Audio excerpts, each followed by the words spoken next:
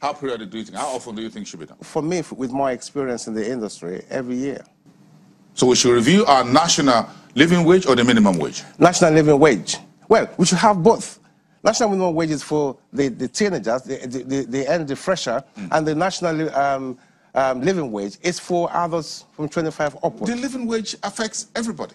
It does. Yeah, because they got to live.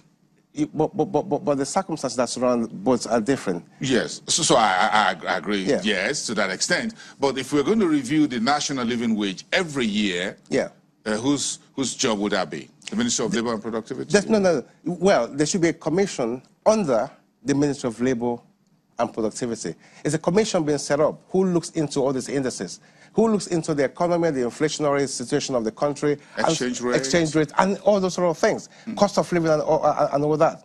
It's a separate commission that needs to be set up, like the one they've just implemented now. It should be a separate entity who looks into that on a regular basis. This committee is not a permanent one, obviously. I don't think so. Unlike even like the previous ones. It's not. Because almost every administration try at some point to create their own... Yes, their own committee to review wage. And it's not helping at all. Now, also, for my research, I found out that some of the people who actually are part of this 30-member delegation, right? Some of them are defaulters. When I say defaulters, state governors who couldn't pay the previous 18,000 national minimum wage. Now, if you have people who are in governments, who are state governors, who can't pay 18,000 national minimum wage that's been implemented years back, and you put them in the same delegation, in the same committee to actually deliberate on this new one, which is about 3 times what you couldn't pay, they're going to forestall it. It's not going to happen. That's your fear? That's my fear. I don't know why they should bring those people who are defaulters. It's like bringing a criminal in to come and, a pedophile, for example, to come and judge on someone who just committed pedophilia. That's huge. That's huge. But again, who would you want to see if we are setting up a commission? And you're suggesting we should have a permanent commission under the Minister of Labour and Productivity. Who should that be? Do you think state governors, national assemblymen, who do you think should constitute a committee to design not just the minimum wage, but the national living wage and the living wage? It should comprise, I would say, everyone. The government, the public, the students, the general workers, the Nigerian Labour Congress, because everybody had an input to put in there.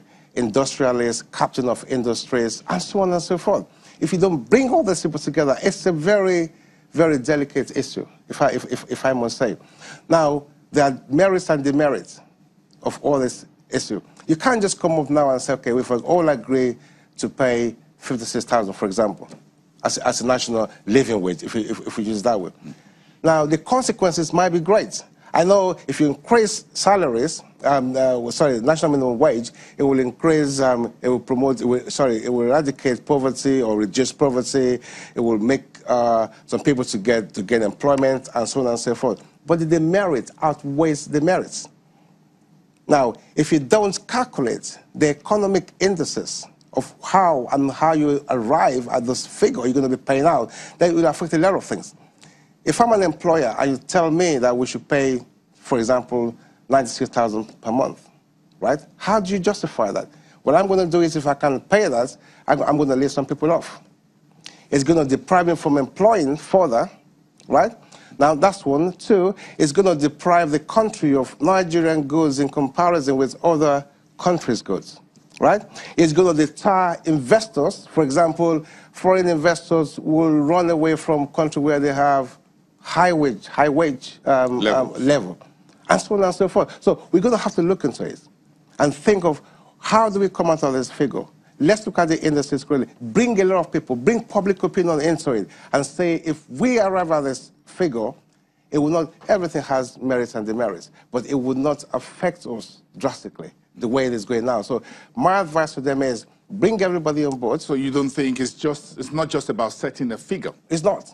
you need to look about the consequences. So as well. if NLC says, oh, well, we think it should be 60,000, where are the parameters for that? That's what you're asking. That's what I'm asking. That we should consider. We should consider. I mean, the NLC will come out and say this. Of course, they're fighting for the cost, for their own cost.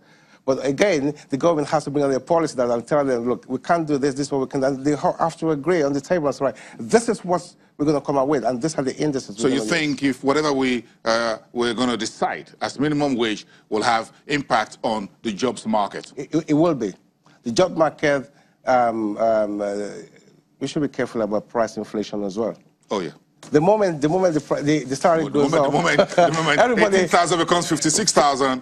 Oh, then everybody, so they have to look into all those areas. What happens to the price levels? Price level, inflation, what's happened to employers, what happens to the job market, and so on and so forth. I mean, the advantage of one of the major advantages of increase in salary is for a country as Nigeria, we're going to reduce or begin to tackle brain drain. That's only that for me. That's a major advantage of it. But the merits, if it's not carefully looked into. Yeah, if you pay higher salaries, it also have impact on the pension you're going to pay as well. Absolutely. Thank you so much for having once me. you raise that, your pension liabilities also go up. So you need to find the money first. Sure. Very interesting conversation. Thank you very much.